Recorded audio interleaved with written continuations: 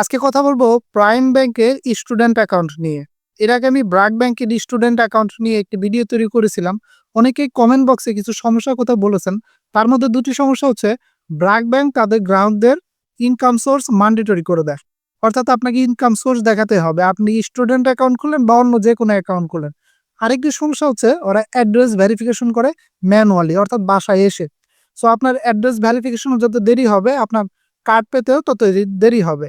আর আপনি যদি কার্ড না পান তাহলে কিন্তু আপনি অ্যাকাউন্টটা সচল করতে পারবেন না। আর বেশিরভাগ গ্রাহকরা আপনার ব্র্যাক ব্যাংকে অ্যাকাউন্ট খুলে শুধুমাত্র সেই মাল্টি কারেন্সি ডেবিট কার্ডের জন্য। যাই হোক, এই বিষয়ে আমি একটা ভিডিও তৈরি করেছি। আপনি যদি সেই ভিডিওটা না দেখে থাকেন অবশ্যই দেখে নেবেন। আমি ভিডিও ডেসক্রিপশনে সেই ভিডিওর লিঙ্ক দিয়ে দিব। এখন চলুন প্রাইম ব্যাংকের স্টুডেন্ট অ্যাকাউন্ট নিয়ে বিস্তারিত জেনে নেওয়া যাক। আপনার বয়স যদি 18 থেকে 25 বছরের মধ্যে হয় তাহলে আপনি এই অ্যাকাউন্টটি তৈরি করতে পারবেন। তো চলুন কিভাবে আপনি অ্যাকাউন্ট করবেন, কি কি কাগজপত্র লাগবে, অ্যাকাউন্টের সুযোগ সুবিধা ইত্যাদি জেনে নেওয়া যাক। Are you ready to transform your online presence? Visit our website and explore our premium products and services today. প্রথমে চলুন এই অ্যাকাউন্টের সুযোগ সুবিধা সম্পর্কে জেনে নিই। সবথেকে বড় সুবিধা হচ্ছে এই অ্যাকাউন্ট চার্জ মুক্ত, অর্থাৎ সম্পূর্ণ ফ্রিতে আপনি এই অ্যাকাউন্টটি ব্যবহার করতে পারবেন। কোনো ধরনের কোনো চার্জ লাগবে না, সবকিছু ফ্রি। আপনার বয়স হতে হবে শুধুমাত্র 18 থেকে 25 বছরের মধ্যে। এর মধ্যে যদি আপনার বয়স হয় তাহলে আপনি এই অ্যাকাউন্টটি ব্যবহার করতে পারবেন সম্পূর্ণ ফ্রিতে।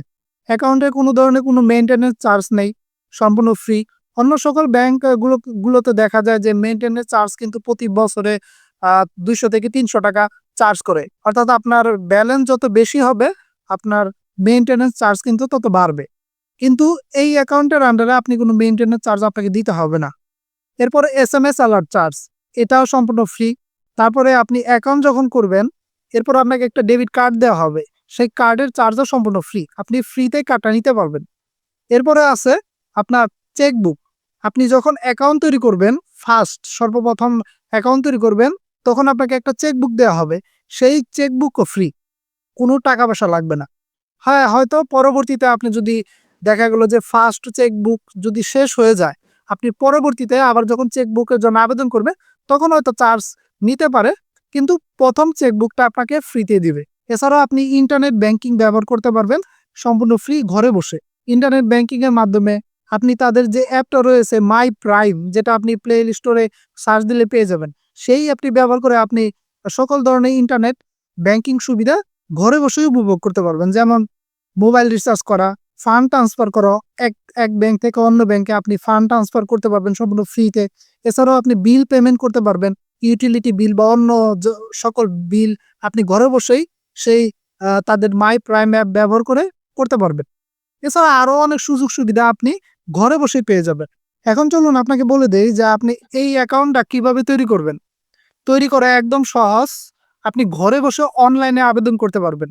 তাদের ওয়েবসাইট রয়েছে, সেই ওয়েবসাইটে গিয়েই আপনি ঘরে বসে অনলাইনে আবেদন করতে পারবেন। আপনার নাম, আপনার সব ধরনের ইনফরমেশন আপনাকে দিতে হবে।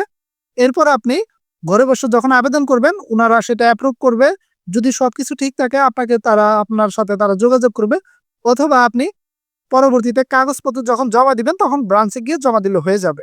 আপনি যখন অ্যাকাউন্ট তৈরি করবেন আপনার কি কি ডকুমেন্ট বা কাগজপত্র লাগতে পারে, অন্য সকল অ্যাকাউন্ট তৈরি করার ক্ষেত্রে যে কাগজপত্র লোকগুলো লাগে এখানেও সেম একই কাগজপত্র লাগবে। আপনার নমিনির 1 কপি ছবি লাগবে, আপনার 1 কপি ছবি লাগবে। তারপর আপনার এনআইডি কপি লাগবে, নমিনিরও এনআইডি কপি লাগবে, অর্থাৎ আপনার স্মার্ট কার্ড। আর যদি আপনার ন্যাশনাল আইডি কার্ড না থাকে তাহলে আপনি বার্থ সার্টিফিকেট দিয়ে করতে পারেন, অথবা যদি পাসপোর্ট থাকে সেটা দিয়েও করতে পারেন। এরপর আপনি যেহেতু স্টুডেন্ট অ্যাকাউন্ট তৈরি করবেন অবশ্যই আপনার স্টুডেন্ট অ্যাকাউন্টের জন্য একটা আপনার স্টুডেন্ট কার্ড দেখাতে হবে। আপনার যদি কার্ড থাকে তাহলে দেখাবেন, আর যদি কার্ড না থাকে তাহলে আপনি রিসেন্টলি আপনার স্কুলে, কলেজ বা ইউনিভার্সিটিতে যদি কোনো পরীক্ষার ফি দিয়ে থাকেন সেইটার পে স্লিপ বা ডকুমেন্ট আপনি দেখালেই হবে। আর ইনকাম সোর্স, এটা অন্য সকল ব্যাংকের ক্ষেত্রে দেখা যায় যে বাধ্যতামূলক, কিন্তু এক্ষেত্রে এটা ভিন্ন। আপনি ইনকাম সোর্স দেখাবেন, কিন্তু আপনার যদি কোনো ইনকাম সোর্স না থাকে তাহলে আপনি আপনার বাবা মায়ের ইনকাম সোর্স দেখাতে পারেন, অথবা সেলফ ডিক্লারেশনের তো সুযোগ সুবিধা আছে। আপনি বলে দিতে পারেন যে আপনার কোনো ইনকাম সোর্স নাই, আপনি লিখিতভাবে দিয়ে দিলেই হয়ে যাবে, তারা আপনার অ্যাকাউন্টে তৈরি করে দিবে। তো এই ছিল প্রাইম ব্যাংকের স্টুডেন্ট অ্যাকাউন্টের বিস্তারিত। আপনি ঘরে বসে এই অ্যাকাউন্টটা তৈরি করতে পারবেন। যদি আপনার অন্য সকল ব্যাংকের ক্ষেত্রে যেমন ব্র্যাক ব্যাংক বা ইসলামী ব্যাংকের ক্ষেত্রে যদি আপনি সমস্যায় পড়েন তাহলে প্রাইম ব্যাংকের এই স্টুডেন্ট অ্যাকাউন্টটা তৈরি করতে পারেন। আর হ্যাঁ, আরেকটা বিষয় আপনাকে বলে দেই, সেটা হচ্ছে আপনি যখন সম্পূর্ণ ফ্রিতে একটা ডেবিট কার্ড পাবেন সেটা কিন্তু মাল্টি কারেন্সি না, সেটা হচ্ছে আপনার সিঙ্গেল কারেন্সি অর্থাৎ বিডিটি সাপোর্টেড। আপনি কিন্তু ডলার বা ইন্টারন্যাশনাল লেনদেন করতে পারবেন না। আর যদি পারেনও অবশ্যই আপনাকে আপনার পাসপোর্ট দেখাতে হবে। তো যাই হোক, আ যখন কার্ডটা আপনি পাবেন, সম্পূর্ণ ফ্রিতে কার্ডটা আপনি পাবেন, তখন কিন্তু চার্জ থাকবে। অর্থাৎ অন্য সকল ব্যাংকিং এর ক্ষেত্রে দেখা যায় যে আপনি যখন প্রাইম ব্যাংকের এটিএম বুথে কার্ডটা ব্যবহার করবেন, তখন কিন্তু চার্জ ফ্রি। আপনার কোনো চার্জ লাগবে না ফ্রিতে। কিন্তু অন্য সকল ব্যাংকিং বা ব্যাংকের এটিএম বুথে যখন আপনি সেই কার্ডটা ব্যবহার করবেন, তখন কিন্তু ৳15 চার্জ কাটতে পারে। এই এতটুকুই। আর সবকিছু ফ্রি।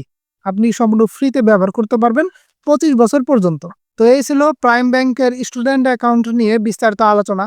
আপনার যদি আরো কিছু জানার থাকে তাহলে অবশ্যই কমেন্টে জানাবেন। আমি উত্তর দেওয়ার চেষ্টা করব ইনশাআল্লাহ। দেখা হবে আগামী পর্বে। সে পর্যন্ত ভালো থাকবেন, সুস্থ থাকবেন। ধন্যবাদ সবাইকে।